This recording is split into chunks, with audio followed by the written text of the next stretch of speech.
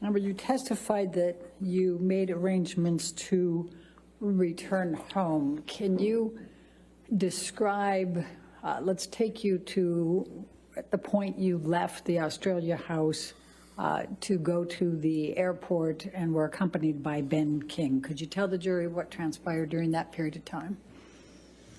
So I left Australia shortly after that. My understanding was Johnny was in the hospital for his finger, and Ben King was going to accompany me, and on the way to the airport, Johnny calls me, and we were just crying on the phone.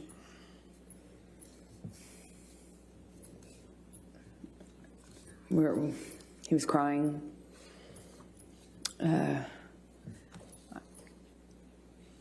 He asked if it was, if he had killed it, meaning the relationship, it was, I don't remember the exact words that he used, but it was kind of asking me in that way, is it done? Is this over? Did we kill it? Did I kill it? That sort of thing. I don't remember what I was saying to him, but we hung up as I went into the airport. I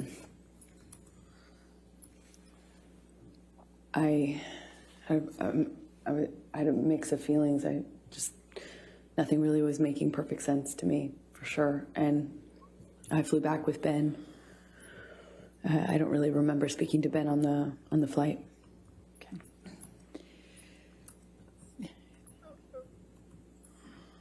Do you, when Mr. Depp was, what you testified on what Mr. Depp said to you on the phone ride, were you on the phone with anyone else, or was it just Mr. Depp you were on the phone with?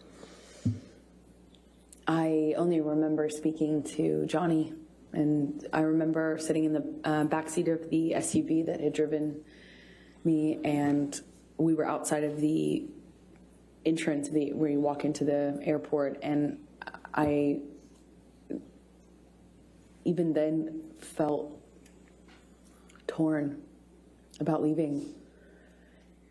I obviously didn't want to stay, but I was in such shock and— Objection, Your Honor, non-responsive. I don't know how that's non-responsive. We're going to ask your question again. Okay. Please tell us how you felt at that point and what Mr. Depp was saying to you. I remember. Objection, Your Honor, asked and answered. She was in the middle of responding to it, Your Honor, and Your Honor said it was a different question, but I'll sustain that objection if you want to ask a question. Okay. How did you feel at that time? I felt destroyed. Like my heart was broken. I didn't know what to do. I thought maybe if I left him in Australia, I thought maybe something would happen to him. I thought he might die or kill himself, because that certainly seems like the trajectory he was on. He told me he had put a cigarette out on his face before, the Friday before, and combined with all the, when I was in the bedroom and he was in the hospital, I found, and I was packing my bags and stuff, I found all these empty bags, Coke bags, you know, dime bags with white residue on them. I'm in them.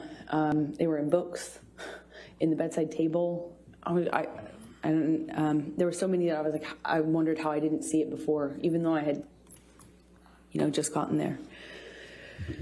So I was worried he would die, and I was worried that we couldn't come back from what happened. I was worried that there was just no way to turn this around. There was no going back, but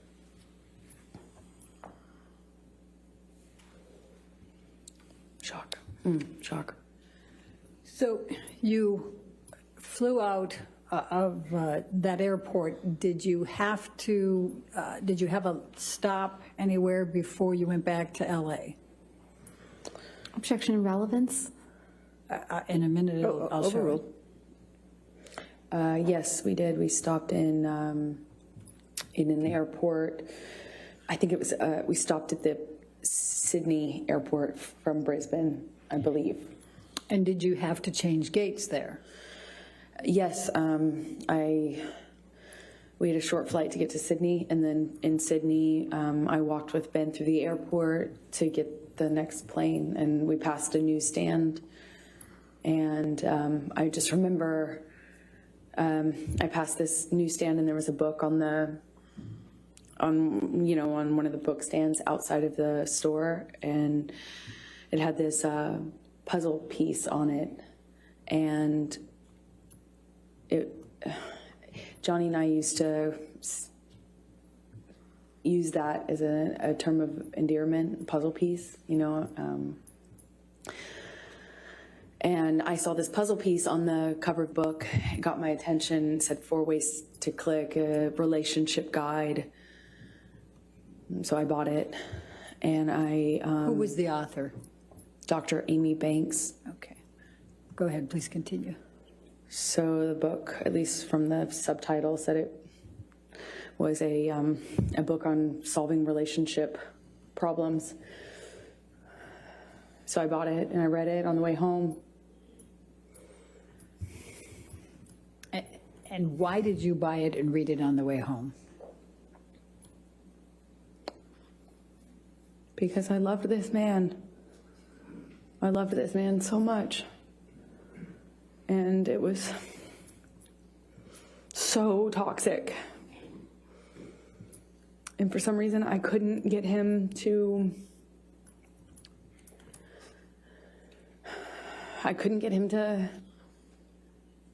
not hurt me. I could.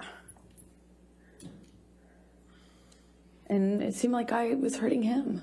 But we loved each other so much. At least I loved him so much. And I didn't know what to do. I didn't know what to do with this relationship. It was awful and toxic, but it was so important to me, and I loved him so much. I would have read 1,000,000 books.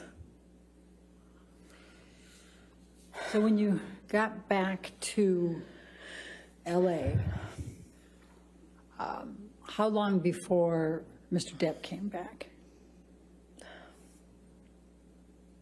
A few days. Johnny came back within a few days.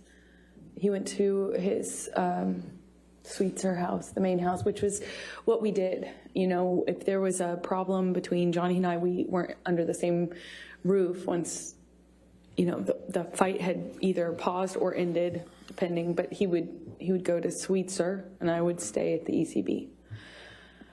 And so he went to Sweetser upon landing, and there was some conversations with the medical team, doctors and stuff, and I just remember feeling concerned for his life because things had changed, and without saying what they said to me, Objection, Your Honor, hearsay. She said without saying. She's characterizing it. Well, I'll overrule for now. We'll see where we go. I became really, really worried that John was not going to live through this, that there would be infections or problems and things, and he wouldn't stop using Coke, and he couldn't get the surgery he needed because he wouldn't stop using Coke, and they wouldn't put him under because of all the Coke. So, Objection, Your Honor, hearsay. All right, I'll sustain as to the last part. Okay. All right, next question.